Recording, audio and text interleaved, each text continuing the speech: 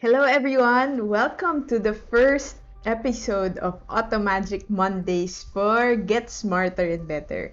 So our first tool is something that I hope will help a lot of you here who are selling online. So meron akong pinicturan kanina. So halimbawa, nagtitinda ako nitong maliit na pouch na to.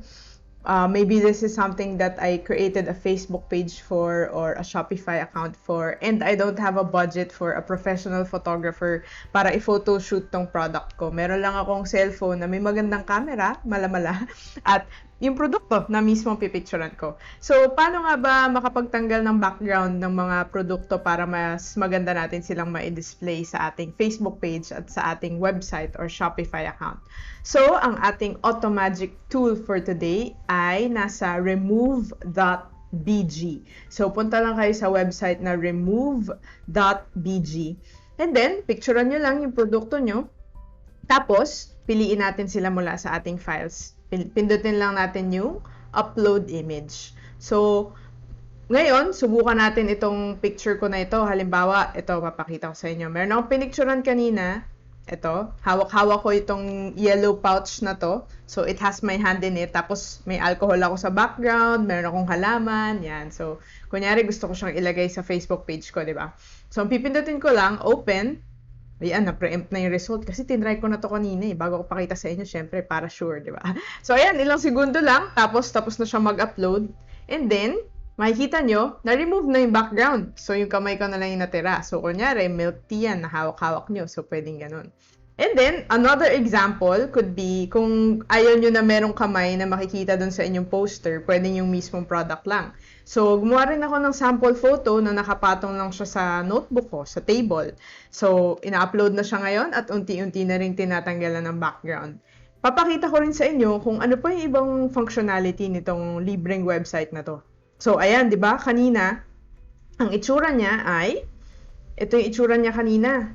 Yan, may background, nandito yung notebook sa ilalim, tapos yung may wire pa nung webcam ko and everything.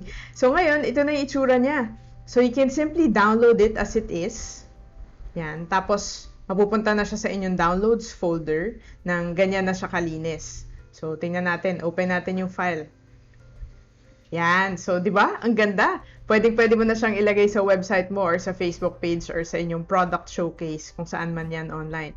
But wait, there's more. Kasi, pag pinindot mo itong edit, marami pa siyang ibang functionality. Pwede mo na siyang i-download ng, kunyari, okay, hindi ko naman talaga gustong tanggalin yung buong background. Gusto ko lang siyang i-blur para merong dramatic effect. So, pwedeng i-blur lang yung background, hindi mo siya tatanggalin, di ba? Or pwede rin naman na pumili ka dito sa mga presets nila. Kunyari, nakalagay siya sa parang kahoy na background or sa plain na orange color or sa blue. So, ayan, nandito yung mga iba't iba mong pwedeng pagpilian. At kung ano man yung mapipili mo, pindutin mo lang yon. Halimbawa, pili tayo dito ng, kunyari gusto ko itong nasa likod niya yung parang kahoy or wooden na background. So, intayin lang natin bilang nasi-stress na yung computer natin, no, sa dinami-dami ng pinagagawa nating magic today. Ayan, so, tanggalin lang natin yung blur effect, tapos itong wood effect na to, and we're good to go. Or pwede din halimbawa ito, na parang nakapatong siya kasama ng ibang fruits. Pero sabi ko talaga finally ito. Do-download na talaga natin. So, papakita ko lang din sa inyo na pwede nyo ring piliin yung solid color background. So, if you just press color, yan. Tapos, kunyari gusto ko itong blue para contrast na contrast siya dun sa yellow ko na product, di ba?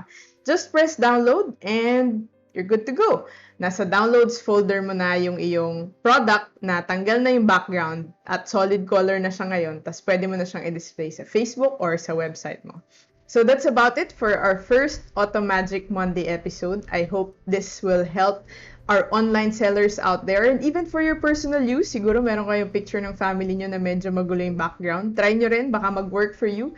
And if you think that this deserves to be seen and heard and learned by more people, then I invite you to go to our YouTube channel and subscribe. Ang dami na nating subscriber ngayon, 4,000. And also, pwede rin kayo magpunta sa facebook.com/getsmarterandbetter so that you will be alerted every time we have a video. So I also invite you to like the page, just like what I'm doing now. And not just like the page. But also, I encourage you to turn on this option where you will see it first, so that every time I upload, yeah. So I'll try my best to upload as often and as consistent as possible. So ayan, so make sure that the notifications option is on, and then you can also add this to your favorites so that it will always notify you every time we have a new technique or tool or secret for us to get smarter and better. I hope this helps, and I'll see you again tomorrow.